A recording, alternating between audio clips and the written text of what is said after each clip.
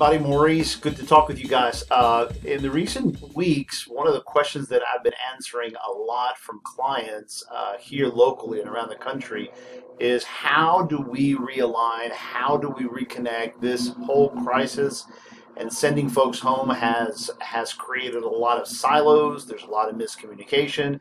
And so in the last few days, I've been preparing some notes on how to do this. So interestingly enough, I went to two webinars earlier today, and in one of them, Patrick Lencioni, the author of the book, The Ideal Team Player, him and his other participants, his panelists, address this so clearly that I'm just going to let them say it for me. But they make 4 points. Number one is the importance of recommitting to daily huddles. Number two, doubling down on daily huddles. They're going to talk about the check-in and the check-out. Okay, then doubling in on developing your team members. And number four is don't pull back. And so I took a clip of a webinar they did, a 1-hour webinar. I took 3.5 minutes from it. Let's listen to them. And here's point number one. How do we do, what do we mean by daily huddles? Yeah, so he, just in this, as teams transition to this virtual environment, we've been talking a lot about meetings and how do we get alignment around all of our teams. That even we're a 12-person company, and in the first week it was a really difficult transition from meeting in person to meeting on Zoom, and we had all of these unintentional silos that occurred as a result of that. Right. So Bill has been working with his team to have these.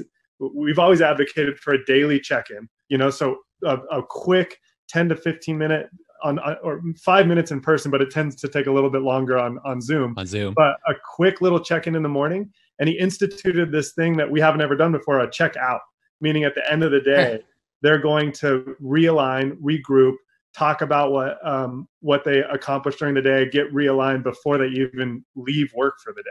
I thought that was a brilliant way to create a sense of alignment and focus and still, and even more than that, even foster community in a time where it's harder on a virtual environment.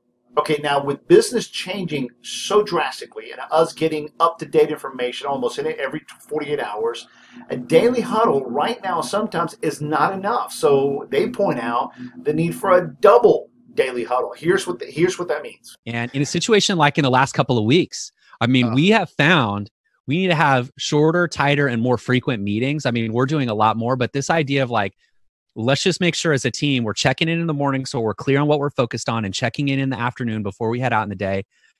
I had not thought about that until I saw what Bill had been doing. And that is like one of those simple, practical tips that will keep a team cohesive when information is changing so rapidly, and something easy anybody can try. Yep, absolutely. The third one is doubling down and developing your people. Now is the time to do it. They were always saying we don't have time to do training and development, like management training and leadership training. And we're not talking about silly things. We're talking about really important things. And it's during this time that they're finally going like, for the next 2 months, we're going to double down on doing small sessions around leadership and teamwork. And so this is actually an opportunity for them to grow when in the past they would have said they couldn't. And number four is don't pull back. Now is not the time to get in a deer headlights scenario. It's to think about how you're going to tackle things forward, brainstorm with your team. Right now, the business is slow. Now's the time, as they will point out. You've never had this much time to do what you need to do to work on your business. Let's listen to how they apply it. That's right. I think this is one of the opportunities. If you happen to be one of the folks on the call who's like an internal OD or HR leader, don't pull back during this season when, yes, the business is in crisis, but there's pockets of your business that have probably slowed down. This would be the time to lean in and build up those leaders, build up those teams, help them become more cohesive, help them become more effective, because you will never get, as an internal provider, another opportunity like this when the business you serve has slowed down this much. It's about an opportunity to help them grow during this time. All right. Thank you guys for joining us. Hope this is very helpful. I hope to bring you some more information in the next couple of days and help you guys out as we wrestle through all this together and help one another out. Thanks, Maurice Velasquez, Teamwear World. Thanks for joining us.